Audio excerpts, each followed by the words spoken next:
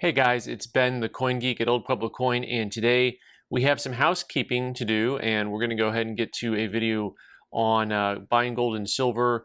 But before we do that, I want to talk to you about a couple things. First of all, for those of you who don't know, we put out about 6 videos a week, and so if you're only seeing one video a week, there's probably a couple things that are going on. If you are subscribed to a whole lot of people on YouTube, you know, their videos will show up in your feed naturally, or they'll be suggested. English is my second language, right after dork. So if you go down to the bottom of the screen, if you're on your phone, there's actually a subscriptions button which you can click on, and then it shows you all the things that you're subscribed to. If you have people that you've subscribed to and you haven't watched any of their videos in the last month or two, you know, just go ahead and click the unsubscribe button, and then that'll clear room so that, you know, the videos that you want to watch show up more frequently. And also, there is a notification bell. I get lost on this too, but if you have a notification bell, it'll actually go ahead and show you when a video is, it'll put the videos first and foremost if you're actually subscribed and notified. But anyways, subscribing is great. Unsubscribing to people you don't watch is even better.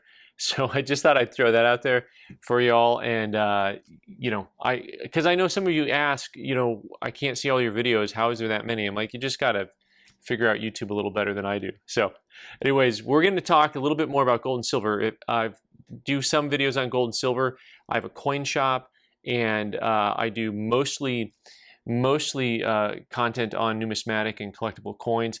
But I'm exposed to people dealing with bullion on a daily basis, so it's worth talking about a little bit. And I recently put up a survey and a video just about bullion, and it looks like probably over half of you realize that you have, you know, 90% silver coin or, you know, pre-33 gold that you consider to be kind of bullion related. And so we're going to talk a little bit more about the tactics. If you didn't watch it, I have a video that came out recently that had 3 different reasons that I look at precious metals and kind of my philosophy on them, and a lot of good feedback from y'all on that topic. And I want to go ahead and break down a few more tactical points that some of you made, and I just want to highlight it for you. I got some visual aids today, which is always fun. No drawing, so sorry about that.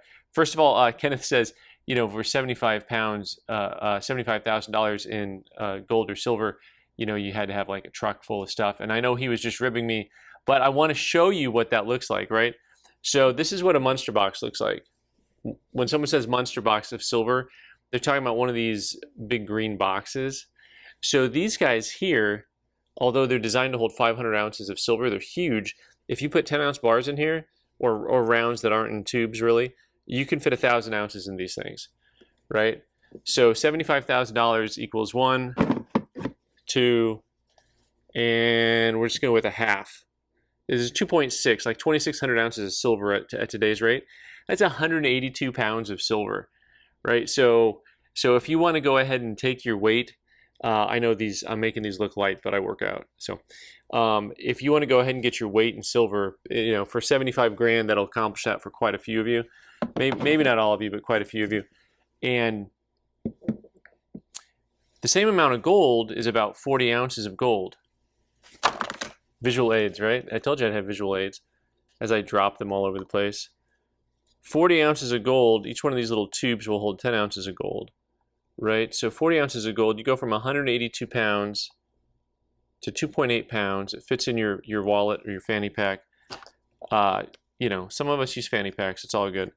So which would you rather have, me juggling tubes that I can drop, or the silver? But it gets me to a more serious point, which is talking about the tactics behind, you know, what do you do gold to silver? Is there a ratio? This is something people talk about all the time, with having a certain amount of gold and a certain amount of silver. Now, if you watch the other video, you know, I talk about how I'm really big on just personal finance. So some guys just use percentages. Well, that changes radically depending on your income or your wealth status and your age, right? So if you're young and you don't have money, and don't get too discouraged, because that doesn't mean you won't have money when you're older. If you start saving now, you will have money when you're older. That's just a fact of life. So start now if you're young. But for those of you who are older and people talk about percentages, well, what percentages should I use? When you use percentages in finances, it's a good idea for the average. It's based on the average income. So if someone says you should spend 10 to 15% of your income on food, well, that changes dramatically if you're only making 10 grand a year, or if you're making 500,000 a year, because those percentages get skewed, right? So what percentage should you have in gold and in silver? Some guys think, well, this is entirely based on how I see gold or silver doing in the future. To me, it's more based on, once again, how much money do you have? So I advocate, if you're a working guy, you just go ahead and take that paycheck and get an ounce of silver every paycheck, or once a month, whatever your speed is, right? And then you don't worry about it as much. If you're a higher income earner, you may consider just buying an ounce of gold every month if that's what fits into your budget, right? But at the end of the day, the thing to think about is that good question about the $75,000 worth of metal and the weight. And this depends a lot on your income and a lot on your age. So do you want to have a truck full of this stuff? Well, some of you say, well, heck yeah, I'd love to have a truck full of that stuff, right? But really, at the end of the day, if you are getting to a point where you're thinking of moving, getting a retirement home, something like that, and you have hundreds of pounds of silver, I think that if I were in your stage of life, I would convert a large percentage of that into gold, regardless of what the current market is. If you can find a place where you can convert your silver into gold, because it's so much easier to go ahead and move around with this stuff, all right? And so it doesn't affect everybody. Everyone's in a different stage of life. So when you watch some of these videos that are out there that people make, it's like, you must do this and you must do that. It's like, well, no, it depends a little bit on what your actual income is. Are you older, and have you built wealth? Now that you've built up all this silver, do you want to turn it into gold? Do you want to turn it into collector coins? Something like that. Speaking of turning it into collector coins, also we got Jay Dre asking, what I think of the Pre-33 gold versus bullion gold. So I actually have always kind of been of the mindset that you put your bullion in bullion format and your collector coins as collector coins, which means in general, I haven't been a guy who told people to buy 90% silver coin or Pre-33 gold. I always thought, well, you buy collector coins, but if you want bullion, you just buy silver rounds or silver bars, and you just buy, I actually prefer actual even denominated stuff like 1 ounce, half, quarters, tenths in gold. I actually prefer that over like sovereigns and francs and stuff. Although I love old foreign gold coins, and it's actually a fun way to collect, and you can actually have a really diverse collection of gold coins that looks really cool, but you just bought it for bullion. I don't have a good reason for preferring bullion to collector coin, to Pre-33 coin, other than it's easier for your loved ones to know and easier for you to explain.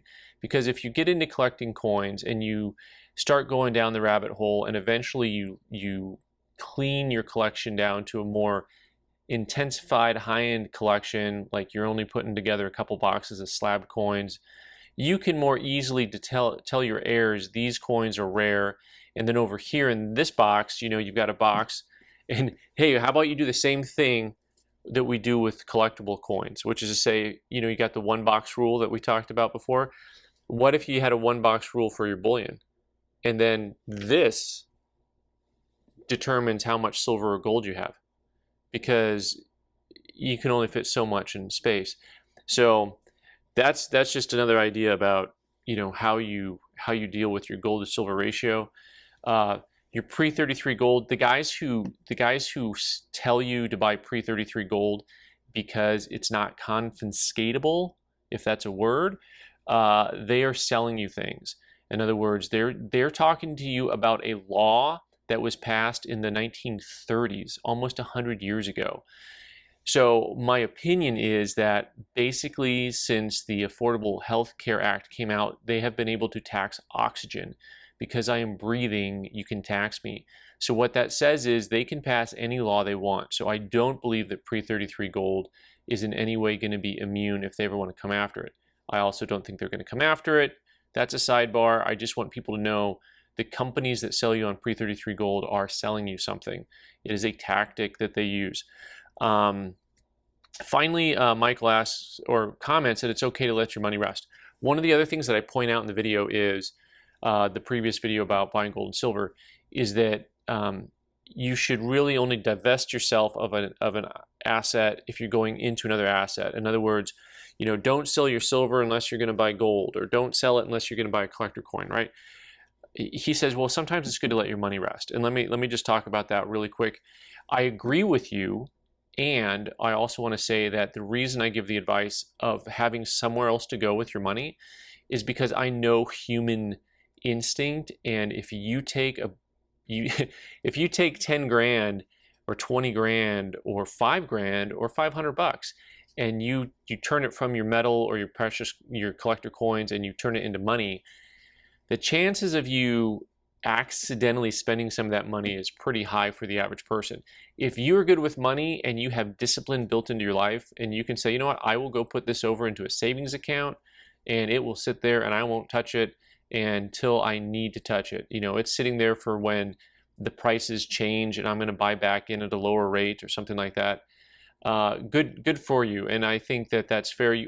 But even in that concept that I'm putting out there, you actually have earmark that money for something else. You've said this money belongs to whatever, my daughter's car fund, or something, a future purchase, but you probably already have in mind what that future purchase is.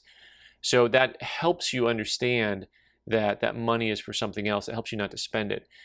So when you look at the human nature, like it's like the guys that use the credit cards all the time and say, no, I'll pay it off at the end of the month. Well, that's fine and good for like 10% of you, but the other 90% of you keep a balance on your card and pay interest, right? So you have to build in some guards to help you. So the reason I give the advice of selling with the purpose of doing something else with the money is to know that you should have something else to do with the money, right? So, but as one of my favorite coin dealers says, sometimes the rarest thing is cash. So Michael, good advice. It's okay to let the money sit aside and be ready to buy something else when the deal comes along, right?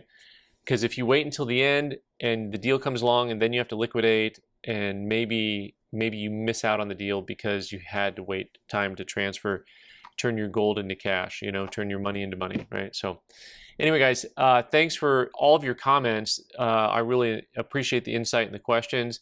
I'm Ben, the Coin Geek. You can subscribe. I don't even know why I'm on YouTube. You're supposed to subscribe and like things and then share and comment. That's how it works. All right, thanks for watching.